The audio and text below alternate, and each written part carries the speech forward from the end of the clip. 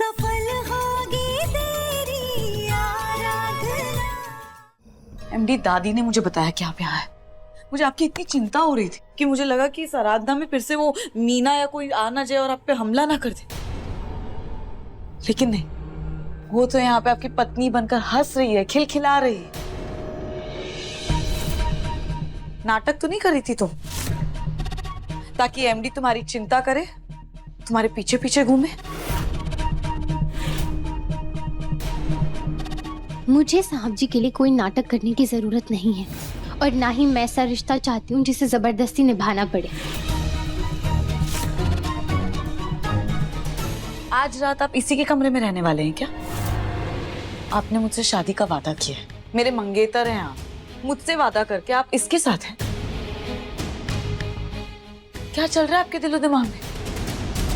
रात बहुत हो गई है, अब मैं सोने जा रही हूँ, तो आपको भी अब अपने कमरे में जाना चाहिए।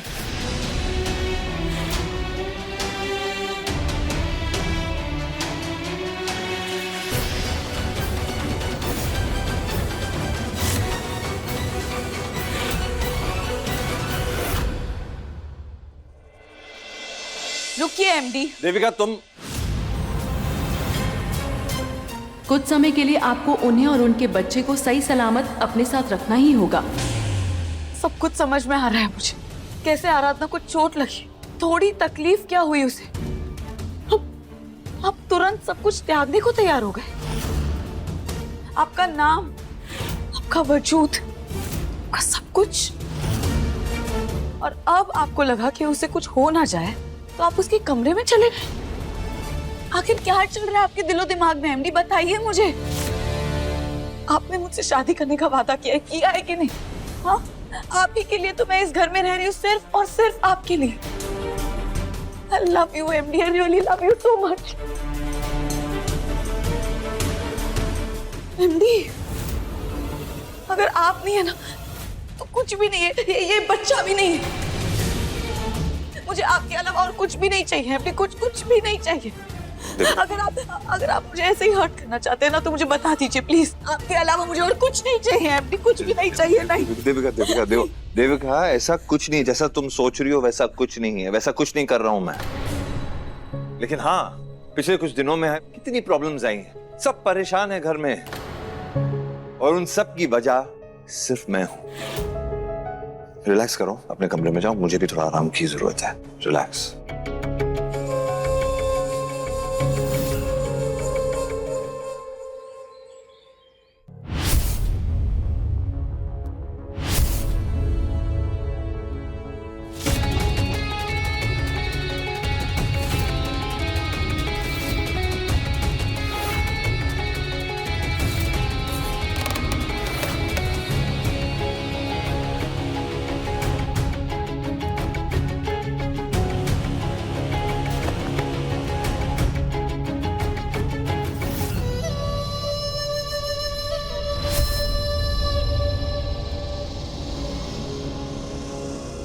अच्छा हुआ आराधना, तुम बिल्कुल ठीक हो। कल तुम्हारी हालत देखकर हम तो डर ही गए थे। जी, लेकिन मुझे तो कुछ याद ही नहीं है, बल्कि मुझे तो उस बारे में सोचकर भी बहुत डर लग रहा है। जैसे उस रात आपकी हालत हुई थी ना, बिल्कुल वैसी ही मेरी भी हुई।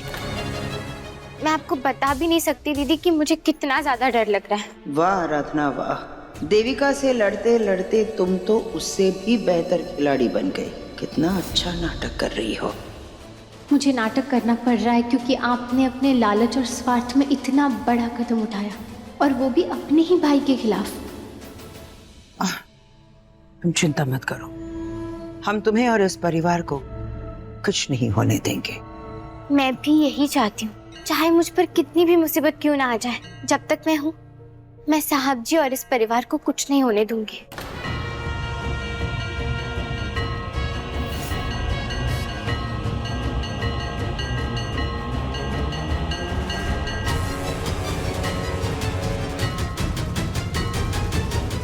प्रशांत जी सही कह रहे थे, मेनका दीदी का झूठ पकड़ना इतना आसान नहीं है। अब मैं क्या करूं? ये जो भी कर रही है वो जरूर उस हवेली के राज से जुड़ा है, नहीं तो वो छुपकर वहां नहीं जाती। उस दिन तो मैं कुछ पता नहीं लगा पाई, लेकिन इस बार मैं कोई ना कोई सुराग जरूर ढूंढ कर रहूंगी।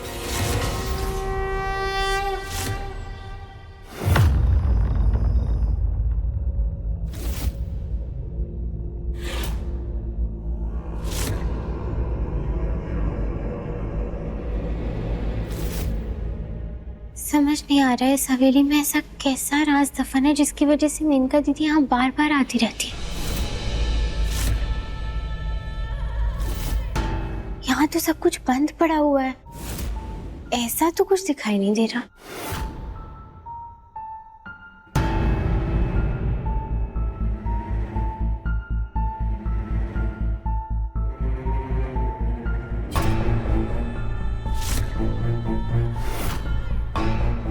ये दरवाजा तो उस दिन बंद था, शायद आज हवा की वजह से खुल गया होगा।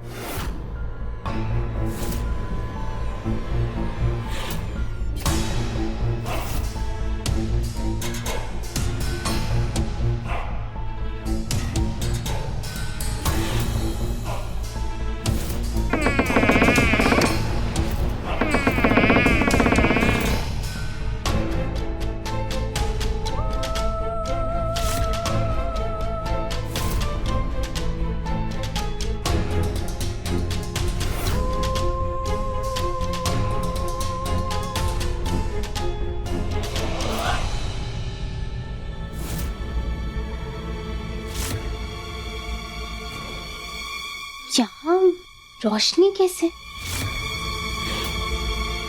उस दिन तो बिल्कुल अंधेरा था।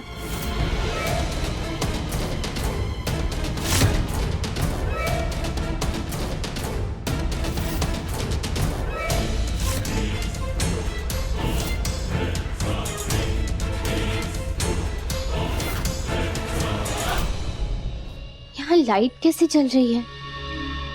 कोई रहता है क्या यहाँ पर?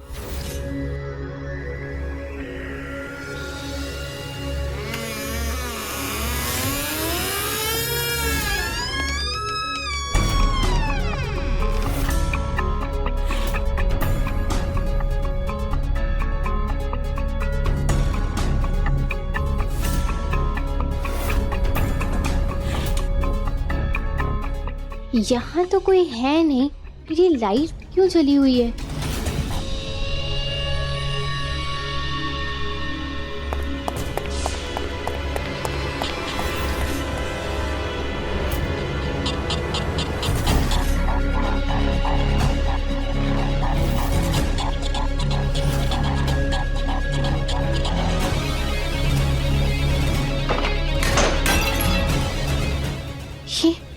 ये आवाज कैसी है? इसका मतलब है कि हवेली में कोई है।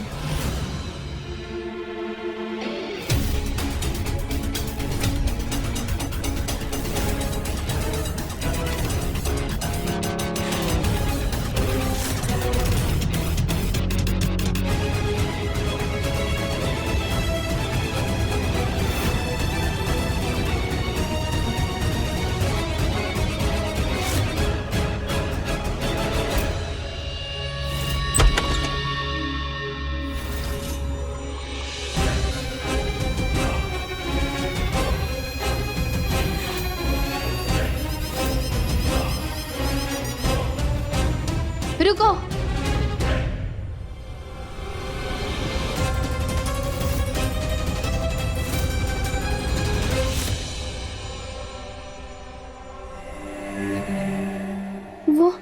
वो इंसान, इसका मतलब या तो यहाँ पर कोई रहता है या फिर कोई आया था।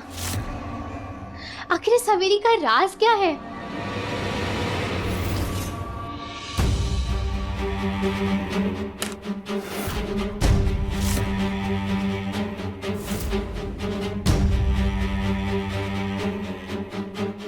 इस फोन में तो सिर्फ एक ही नंबर है।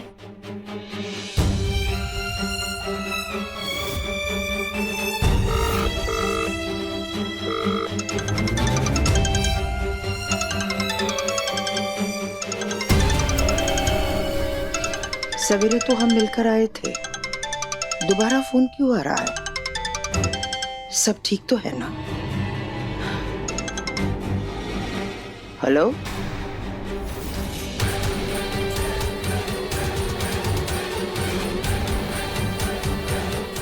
क्यों फोन किया? हेलो? कोई बात है क्या? हम पूछ रहे हैं ना, जवाब तो दो। यानी मेरा शक सही था, ये इंसान जो कोई भी है मेनका दीदी को जानता है। कहीं मेनका दीदी इसी इंसान से मिलने तो यहाँ नहीं आती? हेलो, हमारी आवाज आ रही है कि नहीं? अब क्या करूं? अरे कुछ तो बताओ। अब ठीक है, तुम परेशान मत हो ना, हम अभी आ रहे हैं।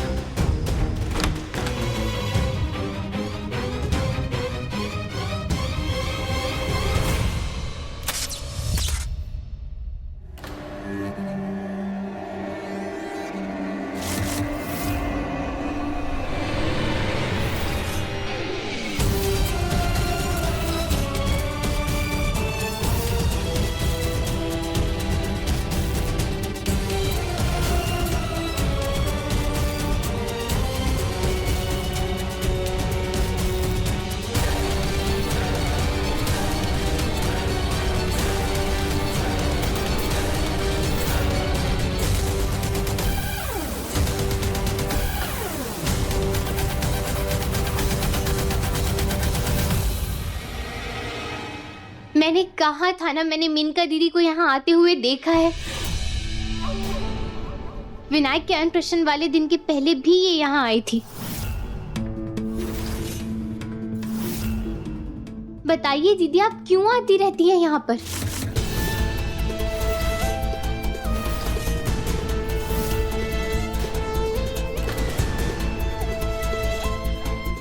मेनका, इतनी रात गई तुम इस हवेली में क्या कर रही हो? मेनका, हम तुमसे कुछ पूछ रहे हैं, जवाब दो।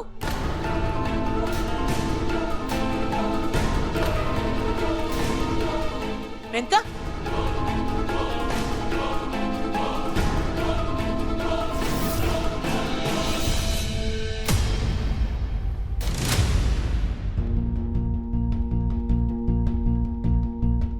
क्या कर रही? मेनका, मेनका कहाँ जा रही हो? दीदी, जवाब दो मेनका, कहाँ जा रही हो? आप दादी को जवाब क्यों नहीं दे रही हैं? दीदी,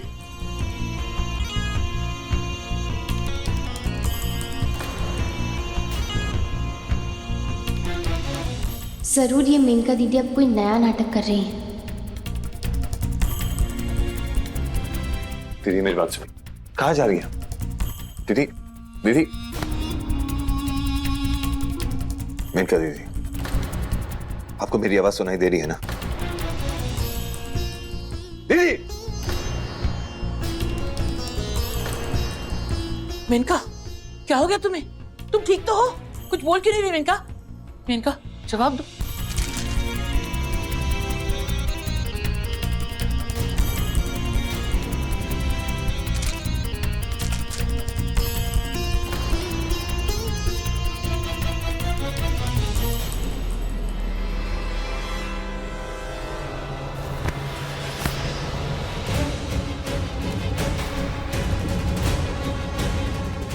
मान गई आपको, अव्वल दर्जे की खिलाड़ी हो आप।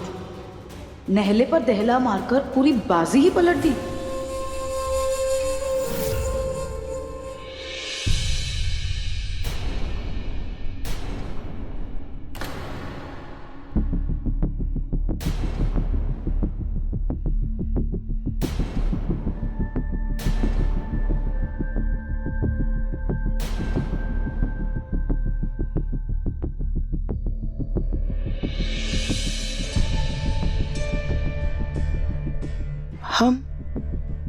हम यहाँ कैसे आ गए?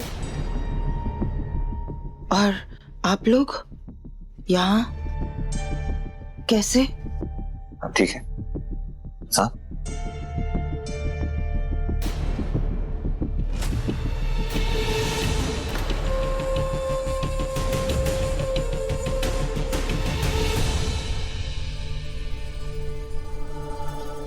मेनका दीदी, कहीं आपके अंदर उस मीना की आत्मा फिर से तो नहीं आ गई है? या फिर आप नींद में चलकर यहां तक पहुंच गए?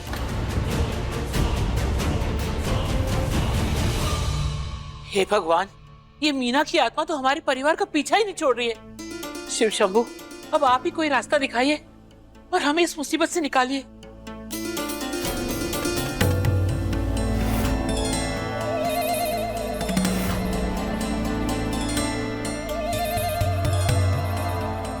साहब जी वो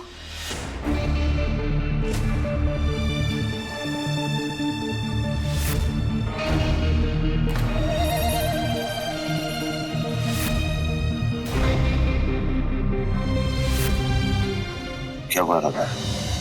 क्या बात है? क्या कहना चाहती हो तुम? बोलो। नहीं, वो ऐसा कुछ जरूरी नहीं था।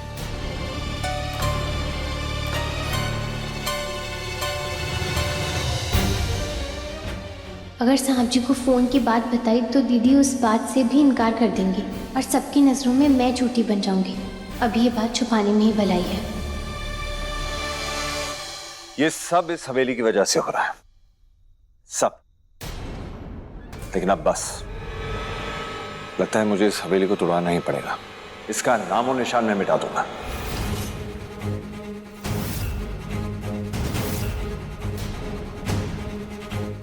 इस हवेली में ना कोई आएगा ना कोई जाएगा। 24 घंटे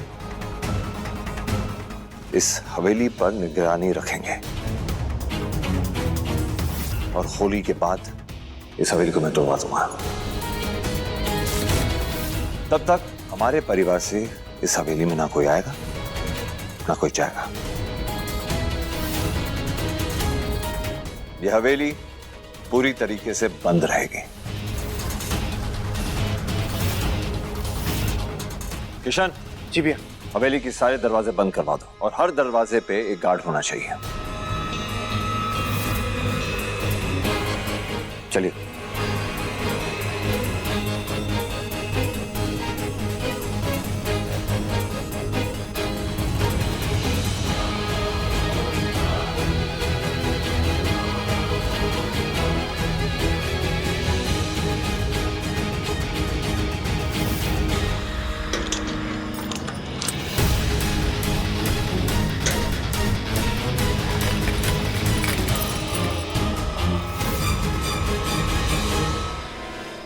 वैसे आज तो शागिर्द ही गुरु को मात देने वाला था। वो तो आप जैसे तैसे बच गई। मैंने बचा लिया आपको। अब इतनी मदद के बदले आप मुझे इतना तो बता ही सकती हैं कि ऐसा कौन सा राज है आपके हवेली में और आपके दिल में, जो आप सबसे इतना चुप चुप आकर इतने खतरे मोल लेकर वहां बार बार पहुंच जाती हैं। हम जैसे तैसे नहीं बचे, हमने अपनी बुद्धि का इस्तेमाल किया है। मैंने कहा कि चालाकी को अच्छे अच्छे मात नहीं दे सकते। क्या कह रही थी तुम? तुमने हमारी मदद की। एक बार फिर से हम तुम्हें याद दिला देते हैं, अगर आज तुम हमारे इस घर में खड़ी हो और इस तरह हमारे सामने खड़ी रहकर बक बक कर रही हो ना, वो सिर्फ और सिर्फ हमारी बदौलत। माधव और तुम्हें एक करना हमारी मजबूरी है, लेकिन किसी एहसान या दबाव में आकर ये कभी मत समझना कि हम अपना राज तुम्हें बता देंगे। कतई नहीं।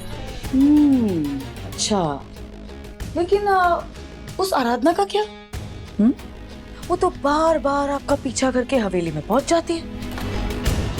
उसे पता चल गया तो। और हाँ, एमडी भी तो पूरी हवेली को गिराने वाले। फिर क्या करेंगे आप?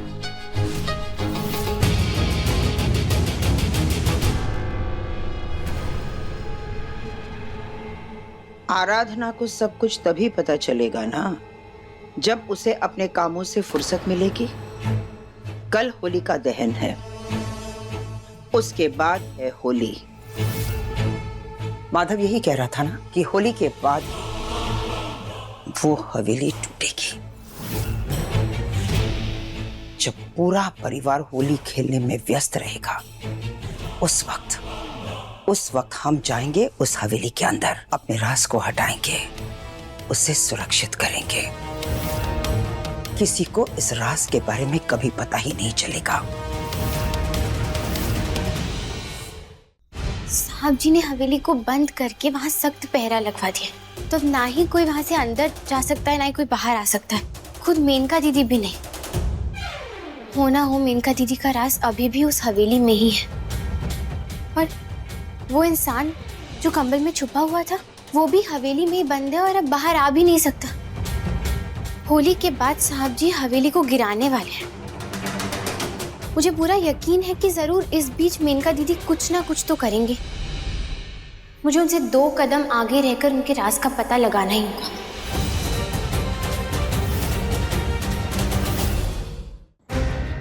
आराधना, हम सबको यहाँ क्यों बुलाया है?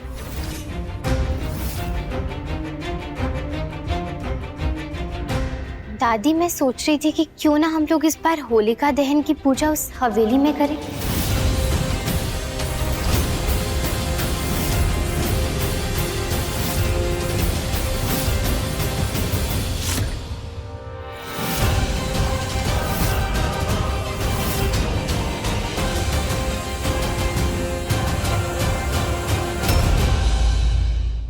अपने पसंदीदा शो के फुल एपिसोड देखने के लिए अभी डाउनलोड करें दंगल प्ले ऐप।